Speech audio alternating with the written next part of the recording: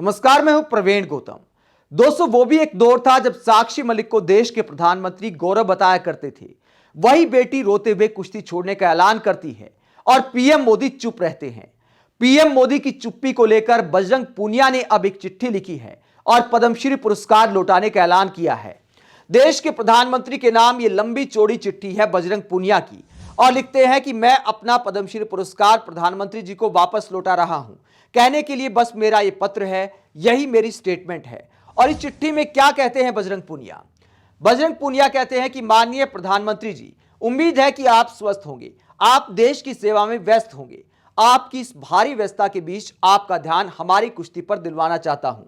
आपको पता होगा कि इसी साल जनवरी महीने में देश की महिला पहलवानों ने कुश्ती संघ पर काबिज ब्रजभूषण सिंह पर सेक्सुअल हरासमेंट के गंभीर आरोप लगाए थे। जब उन महिला पहलवानों ने अपना आंदोलन शुरू किया तो मैं भी उसमें शामिल हो गया था।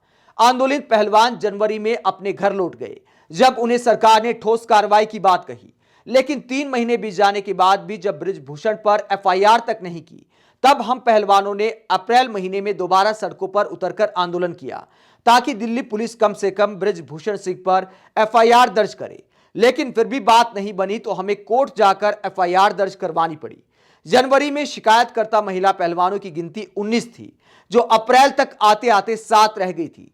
यानी इन 3 महीनों में अपनी ताकत के दम पर ब्रजभूषण सिंह ने 12 महिला पहलवानों को अपने न्याय की लड़ाई में पीछे हटा दिया था। आंदोलन 40 दिन चला। इन 40 दिनों में एक महिला पहलवान और पीछे हट गई। हम सब पर बहुत दबाव आ रहा था। हमारे प्रदर्शन स्थल को तहस नहस कर दिया गया और हमें दिल्ली से बाहर खदेड़ दिया गया और हमारे प्रदर्शन करने पर रोक लगा दी। जब ऐसा हुआ तो हमें कुछ समझ नहीं आया कि हम क्या करें। इसलिए हमने अपने मेडल गंगा में बहाने की सोची। जब हम वहां गए तो हमारे कोच साहिबान और किसानों ने हमें ऐसा नहीं करने दिया। उसी समय आपके एक जिम्मेदार मंत्री का फोन आया और हमें कहा गया कि हम वापस आ जाएं, हमारे साथ न्याय होगा। इसी बीच हमारे गृह मंत्री जी से भी हमारी मुलाकात हुई, जिसमें उन्होंने हमें आश्वासन दिया कि वो महिला पहलवानों के लिए न्याय में उनका साथ देंगे और कुश्ती फेडरेशन से ब्रजभूषण, उसके परिवार और उसके गुर्गों को बाहर करेंगे। हमने उनकी बात मानकर सड़कों से अपना आंदोलन समाप्त कर दिया, क्योंकि कुश्ती संघ का हल सरकार कर देगी और न्याय की लड़ाई न्यायालय में लड़ी जाएगी। ये 2 बातें हमें तर्क संगत लगी। लेकिन बीती 21 दिसंबर को हुए कुश्ती संघ के चुनाव में ब्रजभूषण एक बार फिर काबिज हो गया है। उसने स्टेटमेंट दी कि दबदबा है और दबदबा रहेगा। महिला पहलवानों के यौन शोषण का आरोपी सरेआम दोबारा कुश्ती का प्रबंधन करने वाली इकाई पर अपना दबदबा होने का दावा कर रहा था। इसी मानसिक दबाव में आकर ओलंपिक पदक विजेता एकमात्र महिला पहलवान साक्षी मलिक ने कुश्ती से संन्यास ले लिया। हम सभी की रात रोते हुए निकली। समझ नहीं आ रहा था कि कहां जाएं, क्या करें और कैसे जिएं। इतना मान सम्मान दिया सरकार ने, लोगों ने, क्या इसी सम्मान के बोझ तले दबकर घुटता रहूं? साल 2019 में मुझे पद्मश्री से नवाजा गया, खेल रत्न और अर्जुन अवार्ड से भी सम्मानित किया गया। जब ये सम्मान मिले तो मैं बहुत खुश हुआ, लगा था कि जीवन सफल हो गया। लेकिन आज उससे कहीं ज्यादा दुखी हूं और ये सम्मान मुझे कचोट रहे हैं। कारण सिर्फ एक ही है, जिस कुश्ती के लिए ये सम्मान मिले उसमें हमारी साथी महिला पहलवानों को अपनी सुरक्षा के लिए कुश्ती तक छोड़नी पड़ रही है।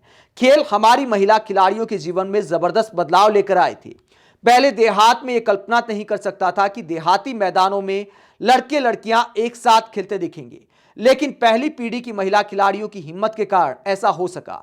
हर गांव में आपको लड़कियां खेलती दिख जाएंगी और वो खेलने के लिए देश विदेश तक जा रही हैं। लेकिन जिनका दबदबा कायम हुआ है या रहेगा, उनकी परछाई तक महिला खिलाड़ियों को डराती है और अब वो पूरी तरह दोबारा काबिज हो गए हैं। उनके गले में फूल मालाओं वाली फोटो आप तक पहुंची होगी। जिन बेटियों को बेटी बचाओ बेटी पढ़ाओ की ब्रांड एम्बेसडर बनाना था, उनको इस हाल में पहुंचा दिया गया कि उनको अपने खेल से ही पीछे हटना पड़ा। हम सम्मानित पहलवान कुछ नहीं कर सके। महिला पहलवानों को अपमानित किए जाने के बाद मैं सम्मानित बनकर अपनी जिंदगी नहीं जी पाऊंगा। ऐसी जिंदगी कचोटेगी ताउम्र मुझे। इसीलिए यह सम्मान मैं वापस आपको लौटा रहा हूं। पीएम मोदी को चिट्ठी लिखने के बाद बजरंग पूनिया पीएम आवास पर पद्मश्री पुरस्कार वापस देने पहुंचे तो पुलिस वालों ने अंदर नहीं जाने दिया। काफी देर तक बहस होती रही।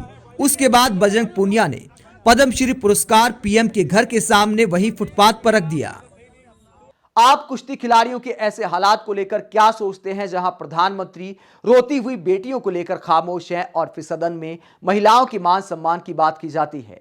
आप इस पूरे मुद्दे पर क्या सोचते हैं, कमेंट बॉक्स में अपनी राय जरूर दें। अगर आप हमारी पत्रकारिता को पसंद करते हैं तो थैंक्स के ऑप्शन का इस्तेमाल करें, वीडियो को लाइक करें, चैनल को सब्सक्राइब करें। नमस्कार।